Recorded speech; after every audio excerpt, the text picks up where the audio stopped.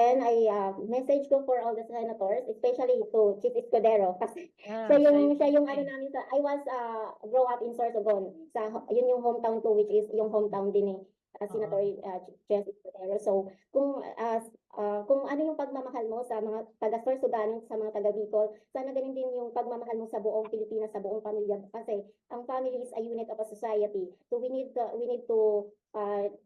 really to have kasi di ba yung children nagsisimula yung kanilang grow up, mag-grow yung kanilang personality sa family. So we need that, na kumbaga yung behavior ng isang bata ay nagsisimula sa isang pamilya. So paano magkakaroon ng magandang development yung personality ng isang bata kung sa loob ng tahanan is nakikita niya nag-aaway yung parents niya, na hindi magkasundo.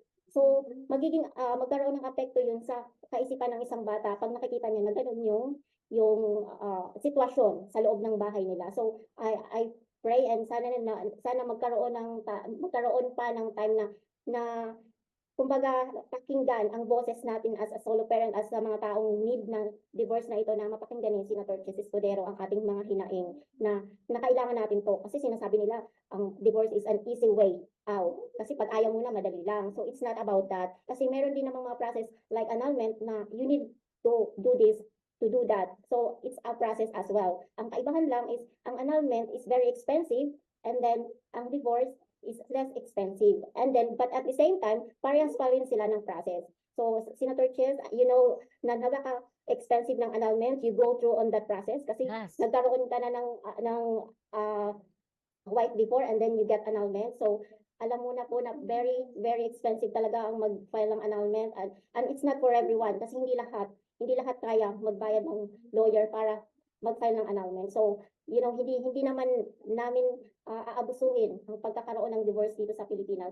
Only those people who need divorce will only file divorce for that.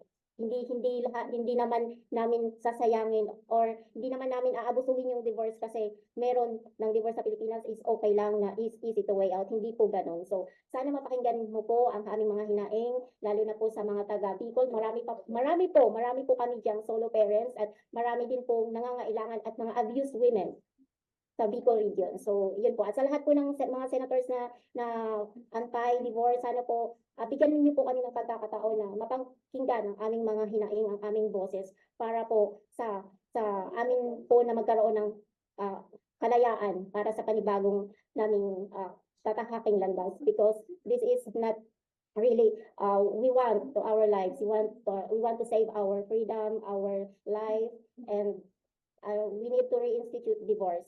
And divorce is our human right.